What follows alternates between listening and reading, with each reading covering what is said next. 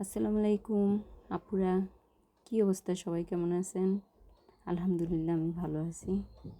আজকে আসছি টমেটো আর বেগুনের ভর্তা করব। আমি জানি ভর্তার আইটেম সবার কাছেই খুব পছন্দের, আর শীতের দিনে টমেটো ভর্তা বেগুন ভর্তা খাইতে তো কী যে লাগে।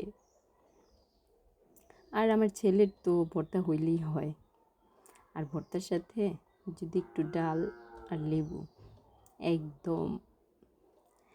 টমেটো আর বেগুন ভর্তার সাথে একটু পেঁয়াজ মরিচের মাখানো আলাদা আলাদা একটু করে রাখছি।